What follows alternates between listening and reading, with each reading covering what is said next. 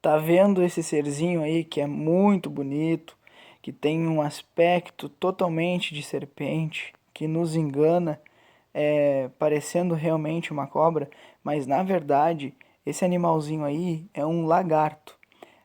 O assunto da nossa aula de hoje é sobre répteis, pessoal. Então, vamos que vamos. Bom, meu nome é MacGyver, tá bem? E o assunto do tema de hoje é répteis, tá certo? Eu quero ressaltar para vocês que esse conteúdo ele é focado, tá bem, para alunos de ensino médio, tá bom? Então, o conteúdo dessa aula é totalmente focando nos alunos de ensino médio, tá, pessoal? Vamos então, em primeiro, conhecer quem são os representantes desse grupo de répteis. Vamos dar-lhe. Aqui nós temos uma ordem chamada de Quelônia, que podem ser chamados também, né, que são conhecidos também como testudines, tá bom? Aqui nessa ordem, nesse grupo nós encontramos as tartarugas, tá bem? Os cágados e os jabutis.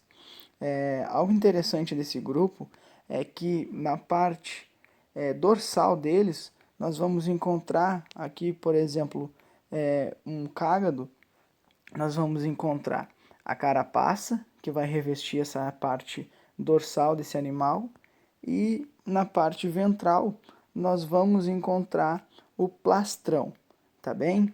Também nós vamos encontrar aqui, onde tem uma setinha, a ponte óssea, tá bom?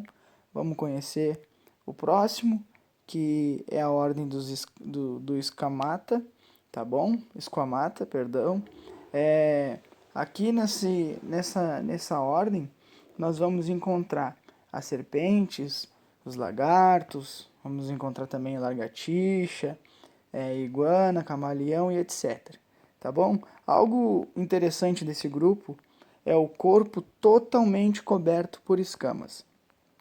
Aqui, para representar, eu estou trazendo uma imagem de uma serpente que eu acho fantástica, que é a Bushmaster, que é a nossa surucucu, conhecida também como pico de jaca, justamente porque as escamas dela, acredito que vocês estão vendo bem aí, as escamas dela lembram muito uma jaca, tá certo? O nome científico dela é Lachesis muta, tá certo? Temos também a ordem dos crocodilianos, tá bom? Que vamos encontrar aqui os crocodilos e também os jacarés, tá certo? Eu quero conversar com vocês e fazer uma pergunta. Se vocês sabem qual é a diferença de um crocodilo e um jacaré. Se tu já sabe, te liga que a gente vai aprender de novo. E se tu não sabe, só presta atenção que logo tu já vai saber. Bom, a diferença do jacaré para o crocodilo é que algo notório a gente pode perceber aqui, né, nessa região da frente aqui do jacaré, nós vemos que o jacaré ele tem o bico um pouco mais retilíneo, tá bem? Do que o crocodilo. Olha só que tem uma pequena diferença, tá? Mas a diferença mais marcante do jacaré e o crocodilo é que o jacaré ele não tem com a boca fechada, como vocês podem ver, a gente não consegue ver a presença dos dentes inferiores dele, porque os dentes inferiores eles não são mostrados, eles não ficam voltados para cima, tá bem? Já o crocodilo, quando ele está com a boca fechada, a gente consegue ver os dentes inferiores e os dentes superiores dele. Então essa aqui é uma da diferença mais marcante do crocodilo, é justamente essa dentição ser diferente do jacaré e do crocodilo, tá certo? Já o crocodilo, diferente do jacaré, ele tem a cabeça um pouco mais achatada assim, o focinho também é um pouquinho mais achatado e tal, tá bom? O jacaré, é interessante dizer que aqui, bem nessa parte, a gente encontra as placas ósseas dele, tá bom? Para frente a gente vai estudar um pouco melhor. Em seguida aqui a gente tem a ordem do Ricocefália, que são os tuataras, só que nós não temos representantes aqui no Brasil, existem somente dois que vivem na Nova Zelândia. Bom, vamos então para as características dos répteis, tá bom? Os répteis, eles possuem a pele queratinizada, ou seja, a queratina, ela é uma proteína impermeável. E inclusive na nossa pele, né, a gente tem a queratina, a gente tem no nosso cabelo também a queratina, e é por causa da queratina que a nossa pele é impermeável. Ou seja, ela é uma proteína impermeável, tá certo? A respiração desses animais, ela é pulmonar. Só que não existe a presença de alvéolos nos pulmões desses animais. É uma respiração, né, pulmonar, só que parenquimatoso. Esse é o termo em que, né, nós dizemos que melhor explica e tal, tá certo? Porque não existe alvéolos, mas possui dobras internas nesses pulmões, tá bem? Outro fato, né, outra presença, assim, outra novidade evolutiva muito interessante são os olhos com glândulas lacrimais e membranas nictitante, que está presente nesses animais também. Inclusive, né, nos peixes, né, quando nós lembramos do peixe, a gente percebe, né, que os peixes eles não têm pálpebras nos olhos deles. Então, no mar, eles estão sempre lá com os olhos abertos e tal. E já esses animais aqui, nos répteis, nós encontramos essas duas novas estruturas, né? Que são as glândulas lacrimais, que vai servir, obviamente, né, para a produção de lágrimas e também para a lubrificação dos olhos. E a membrana nictitante, né? Essa membraninha, inclusive a gente tem essa membrana bem no cantinho do nosso olho, bem no cantinho, é uma membraninha bem pequena. Essa membrana nos répteis, ela vai parecer uma cortina, sabe? Ela vai fechar de forma não de cima para baixo, tal. Ela vai fechar pelo lado, assim. Se a gente lembrar dos jacarés, né, ou dos crocodilos, a gente vai conseguir frisar bem essa membrana nictitante. Uma das demais características deles é que são pecilotérmicos ou ectotérmicos. O que que é isso? Pecilotérmico e ectotérmico.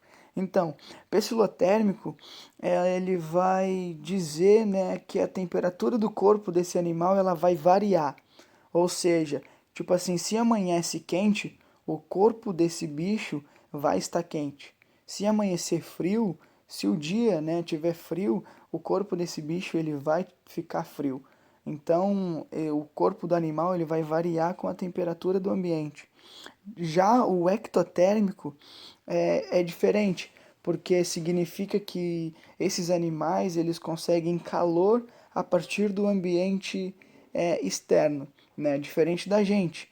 Nós conseguimos calor internamente, a gente consegue produzir calor interno. Já esses animais eles não conseguem, eles obtêm o calor, né, a temperatura através do ambiente externo, né? A gente pode lembrar que nós gaúcho mesmo, nós falamos muito sobre o termo lagartear, né, que é ficar no sol e tal, justamente porque os lagartos, eles são seres ectotérmicos. Eles precisam estar no ambiente para poder produzir o calor do ambiente externo, para poder pegar, absorver esse calor do ambiente. Tá bem, pessoal? É, excreção de ácido úrico, fecundação interna e desenvolvimento direto são características desses animais também. É, algo muito legal e interessante nos répteis, que surgiu nos répteis, todas essas características, né, elas surgiram nos répteis e tal, né? É, inclusive o ovo amniótico, ele apresenta um líquido responsável, né, pela proteção do embrião contra a desidratação e mudanças rápidas de temperatura. E isso surgiu primeiro nos répteis. Então os répteis foram os primeiros a desenvolver essa estrutura. Tá bem, pessoal? Essas são algumas características dos répteis que é importante trazer para a aula de hoje, né? Visando que esse conteúdo é a nível de ensino médio, tá bem, pessoal? Algo interessante que eu quero trazer também, abordar para vocês, né? Porque essa videoaula, ela é sobre répteis, só que é com ênfase nas serpentes, tá bem? Eu não citei no início, acabei esquecendo, peço desculpa, mas a partir desse momento agora, nós vamos falar um pouquinho sobre as serpentes, tá bom? Aqui no Brasil, nós encontramos duas famílias que são famílias de nível peçonhento, tá certo? Que são serpentes de importância médica, tá bom? Que são a família das serpentes elapídeos e também a família dos viperídeos, tá bom? Na família dos elapídeos, nós vamos encontrar aqui no Brasil somente a coral verdadeira, mas também nessa família aqui está a naja, tá bom? Já na família viperídeo, são as serpentes que a gente mais conhece por aí, né? Que são as cascavéis, jararacas, né? Nas jararacas vão ter várias outras, são diversas jararacas, né? Diversas espécies de jararacas, tem a cruzeira, a urutu e tal, tem a surucucu, tem, né, diversas serpentes aqui nessa família dos viperídeos, tá bom? Algo interessante que eu quero trazer para vocês é que o termo cobra, ele na verdade se refere à naja. Ele não, na verdade esse termo na verdade esse termo ele não é correto cobra, e sim serpente, porque cobra na verdade significa naja, e naja é uma serpente dessa família aqui dos elapídeos, onde nós temos aqui no Brasil a coral verdadeira, tá certo? Tá tranquilo até aqui, pessoal? Então, nesse momento a gente vai aprender um pouco sobre a dentição das serpentes, tá? Vamos começar pela dentição das serpentes, que é chamadas áglifas, tá certo? Nesse tipo de dentição, não existe a presa para inocular o veneno, tá bom?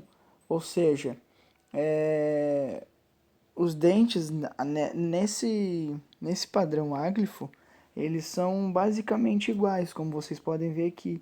Eles são, a mordida segue um padrão ali totalmente igual, né? Porque aqui não tem a presa, não tem aqui, ó, como vocês podem ver nesse dente, não tem um canalzinho, um sulco que vai correr aqui, né, para inocular o veneno, tá bom? Os exemplos das serpentes que são áglifas, né, muito conhecidas, que são as sucuris, as jiboias, as caninanas, tá bom? Já as serpentes que são opstóglifas, elas possuem já uma presa que vai ser inoculadora de veneno. Como vocês podem ver aqui, essa serpente ela já tem a presa, só que essa presa ela fica muito para trás, ela fica bem atrás do restante dos dentes. Aí aqui a gente pode ver que existe um sulco no dente. Aqui tá presa, tá, pessoal? Aqui na áglifa a gente viu a presa ali. E aqui na opstóglifa tem a presa aqui também, tá bom? Tem uma setinha aqui que tá mostrando um canalzinho que vai passar a peçonha desse animal, tá bom? As serpentes opstóglifas, elas não possuem muita elasticidade na boca, né? A presa de inocular veneno fica bem para trás, né? Fica lá nos últimos dentes, bem dizer. Exemplos de cobras, né, que são opstóglifas, são a cobra verde, muito comum, que a gente vê aqui em Rio Grande, em todo o Brasil a gente vê a cobra verde, a falsa coral, mussurana e entre outras, tá? A gente pensa, né, que a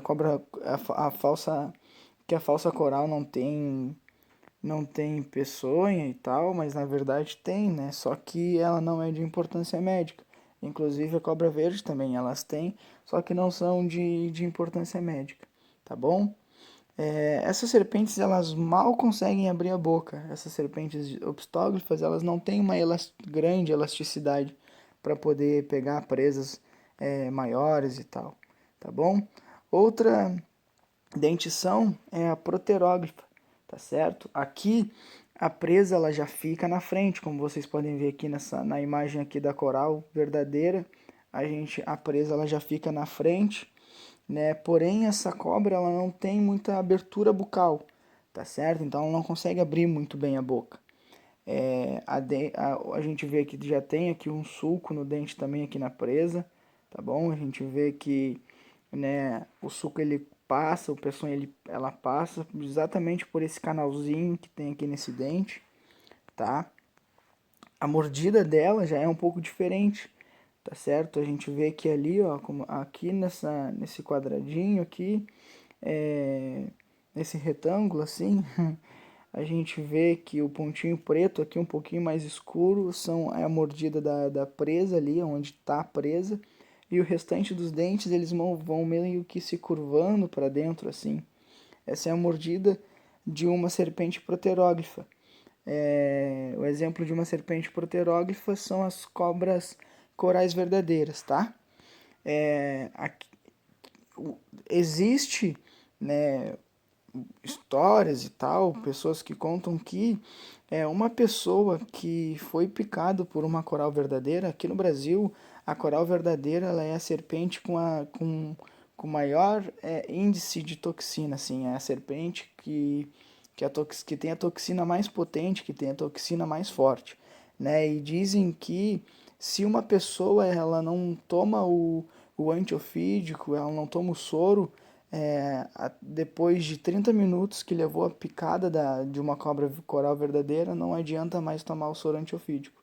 Tem que tomar o soro antiofídico antes dos 30 minutos, tá certo? Então, se tu for picado por uma cobra coral verdadeira, tem que ser rapidão, senão torrou, tá? É, Outra dentição é do tipo solenógrafa, né? Que aqui a gente vai encontrar serpentes mais conhecidas, que são, né, as cascavéis, jararacas, cruzeiras, surucucu e tal, tá bom? Essa aqui que é o brete, esse tipo de dentição, esse tipo de cobra aqui é muito agressiva, é uma cobra muito, são cobras, né, da família Viperídeo, que são muito loucas. E, né, elas já têm a presa bem aqui para frente, né, diferente da proteróglifa aqui, da cobra coral verdadeira, que não consegue abrir muito bem a boca, ela não tem muita elasticidade na boca, assim também como é, a obstóglifa aqui, como exemplo da falsa coral, né? A solenógrafa ela já consegue abrir muito bem a boca, ela tem uma elasticidade muito grande da boca e ainda para nos ralar, ela consegue é, movimentar as presas ainda. Ou seja, quando ela morde, ela consegue aqui, como vocês conseguem ver, ela consegue mexer com as presas ainda para pegar bem a peçonha, tá? Como vocês podem ver aqui no retângulozinho ali, é, as presas ficam bem na frente, né? As presas ficam bem na frente, os dentes eles são bem acentuados, a serpente possui bastante abertura bucal e consegue movimentar as presas, ou seja, ela ainda acentua bem as presas, tá certo? É isso, pessoal. Essa foi a aula de hoje, né, sobre répteis, enfatizando as serpentes, tá? Algo interessante que vale falar sobre as serpentes é que apesar delas terem, né, esse medo que elas causam na gente, todo esse pavor, né, que a gente tem sobre elas, as serpentes, na verdade, são animais que não gostam de ser estressados, tá bem? A melhor coisa que a gente pode fazer quando vê uma serpente é simplesmente deixar ela em paz.